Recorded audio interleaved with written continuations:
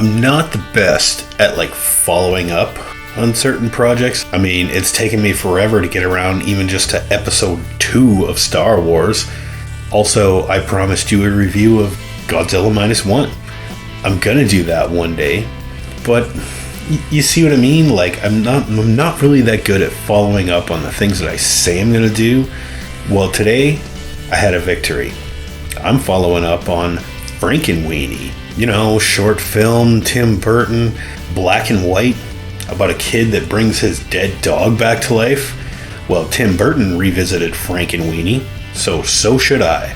And I finally found a copy of this in my local thrift store, Frankenweenie.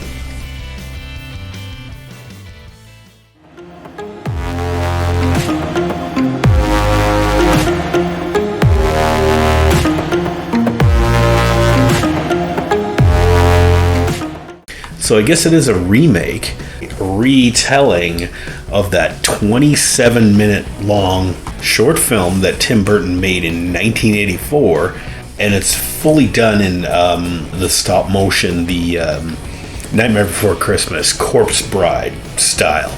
It's all in black and white, and it's gloomy and weird and creepy and very different for an animated kids movie, which it totally is. First of all, the production value on Frankenweenie 2012 is about, well, I have no idea of the exact numbers, but it's got to be like 10 to 20 times what the production value was for the 1984 Frankenweenie. In other words, Tim Burton had a little bit more money to throw around. He got all the best animators on board, and he got all the best voice actors on board. Obviously, you know some of these names. Martin Short, Catherine O'Hara, Winona Ryder, Martin Landau, also Tom Kenny. You know who Tom Kenny is. Come on, man. Yeah, so the voice cast is really good, and the animation is fantastic in this. You know, stop motion animation. Remember when it was just like the Beast from 20,000 Fathoms, or, well, I guess King Kong, or The Lost World, like way back at the beginning of the 20th century? Well, it's come a long way since then. Remember how good it was in Nightmare Before Christmas? I think that was amazing. And the animation here is just as amazing. For this movie being a remake, retelling, it is just as good, but it's not better. Adds like an hour to the runtime of that original one, so we're looking at like a 90-minute or almost 90-minute puppet animated movie. It has all that Tim Burton feel to it. It has the style, has the visuals that you come to expect from Tim Burton movies. Expanded the story, and that's great, but they kind of lost the feel, and they kind of lost the point of the whole thing somewhere in that expanded story. Don't get me wrong, this is still an entertaining movie, and I think it's a good, well, maybe not kids movie, but it's a good Tim Burton fan movie. In terms of impact, I think this movie hit me almost exactly the same as that original Frankenweenie 27-minute short film production. I did enjoy that, and I did enjoy this, but it doesn't improve upon that original very much. It retains the same kind of core story element, of course. Kid has a dog gets run over by a car, kid's super smart, and he somehow figures out a way to bring the dog back to life. But we have so many extra characters in here.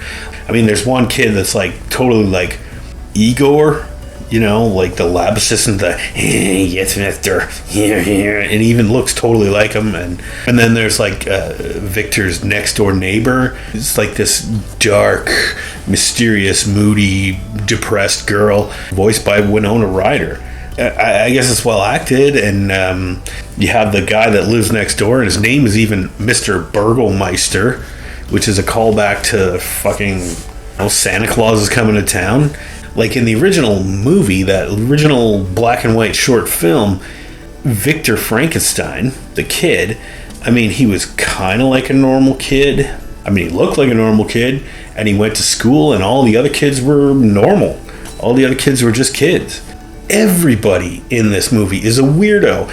Every character in this movie is a weirdo. Like, before it used to be like Victor was the only weirdo. And so he went on his weird way to do this weird thing.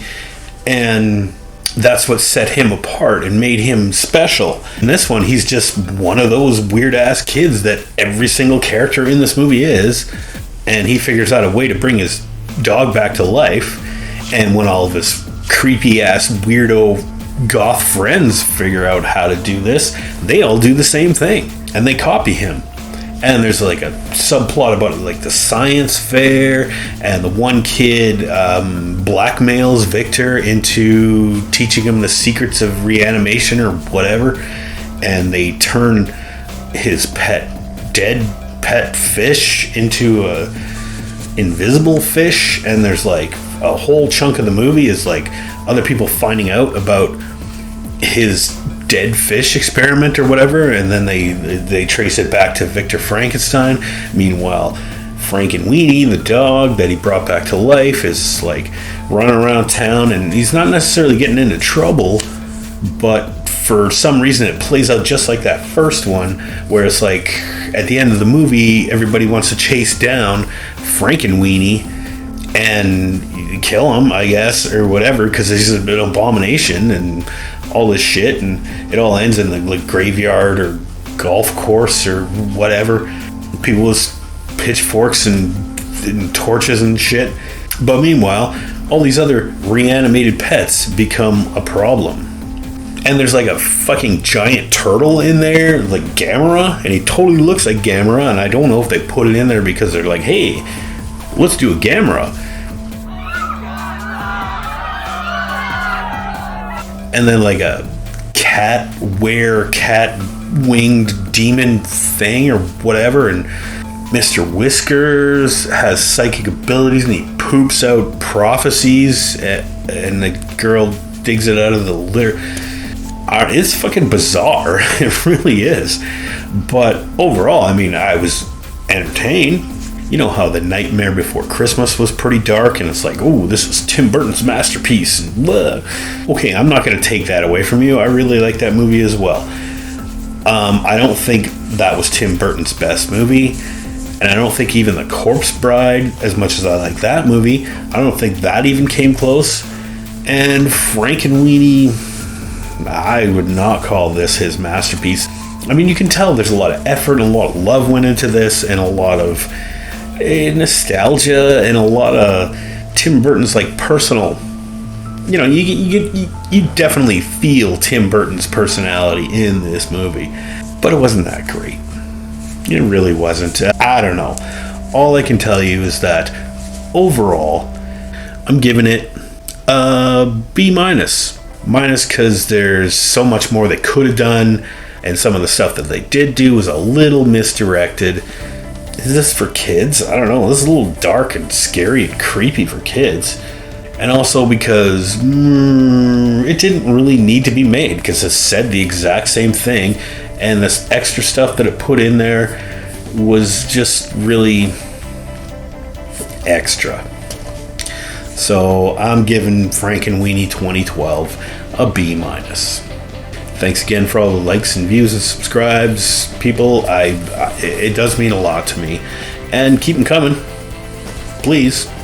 So until next time, have a good one, everybody.